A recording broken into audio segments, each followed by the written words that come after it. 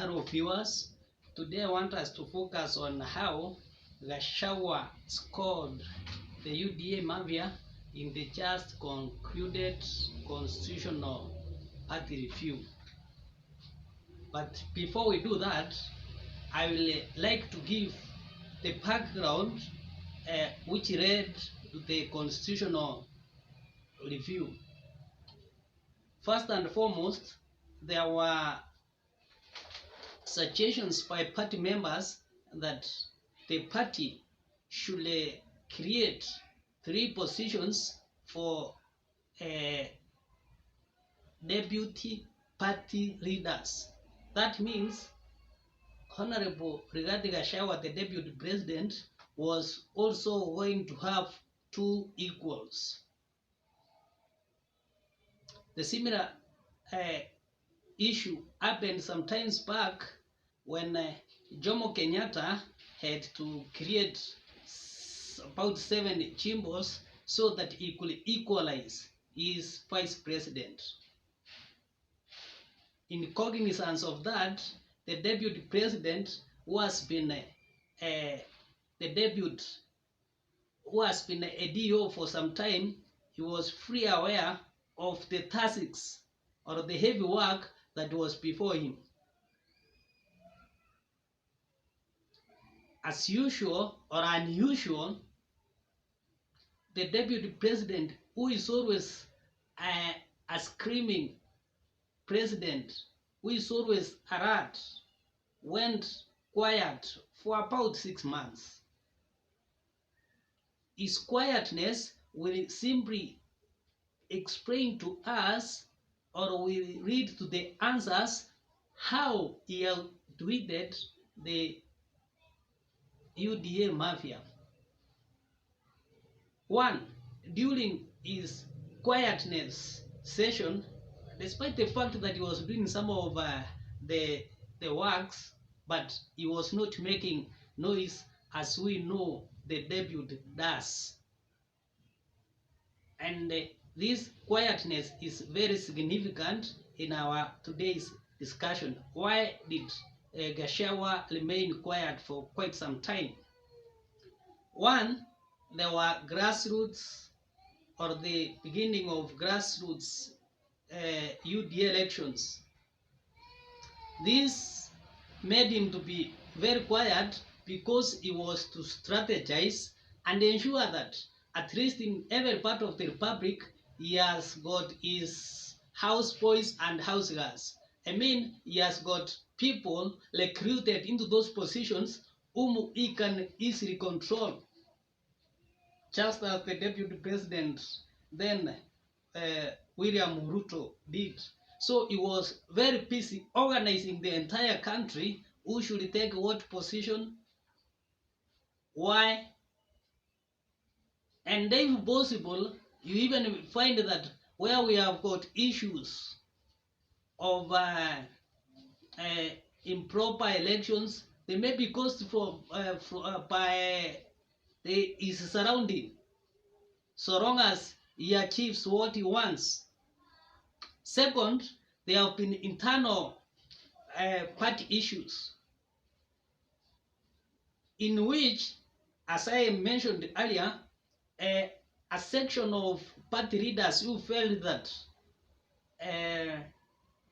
Rigathi Gachagua doesn't qualify to be the deputy party leader wanted to create more positions so that they could neutralize him. So this also made him go silent so that he could strategize on how to deal with that issue. Another reason why probably he could have been quiet is because of advice from his advisors.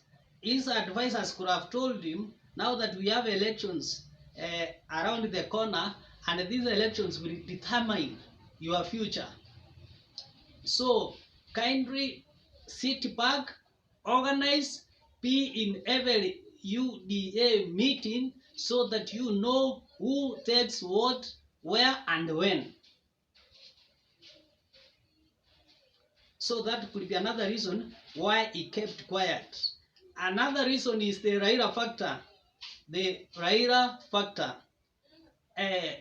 Before this NEC meeting that they had, whereby they changed the constitution, Raila had some kind of a handshake with the president. At the same time, Raila had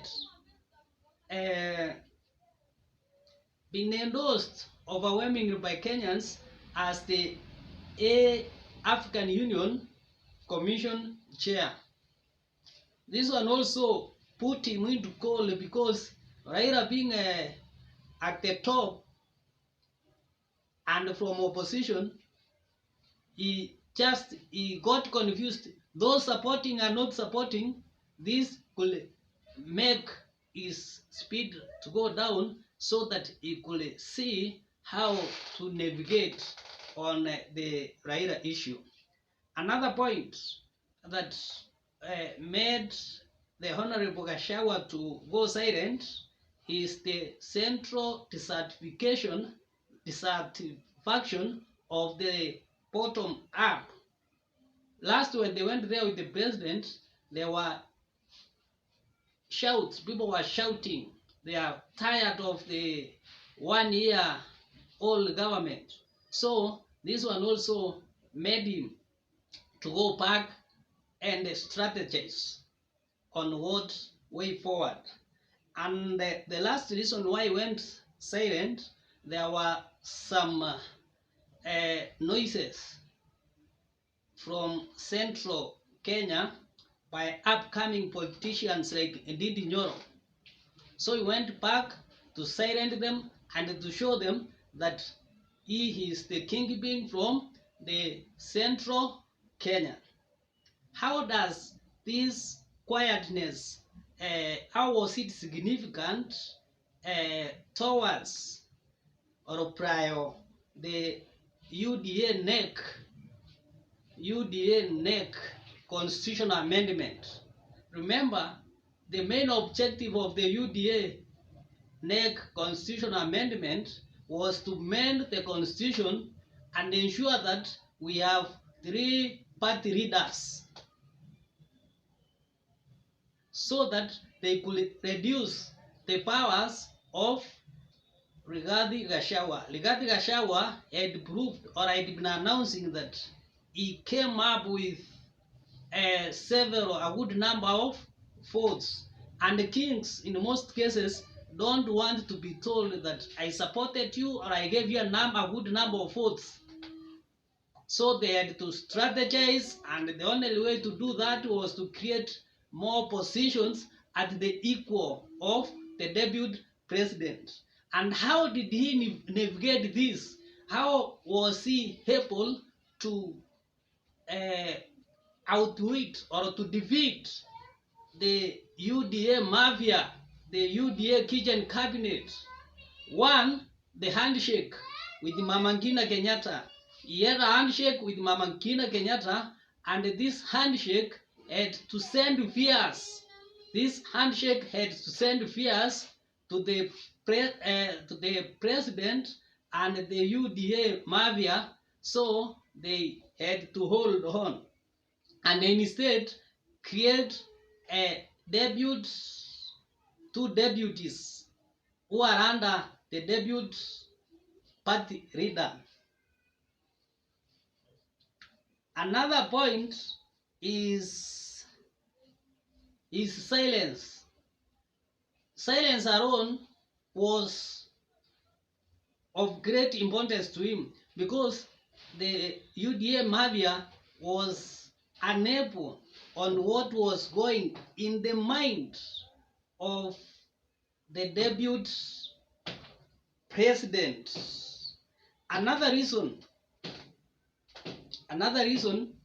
why he was able to win this is his house, the house boys, whom he used to pronounce broad daylight that over our dead bodies shall we have equals to the deputy president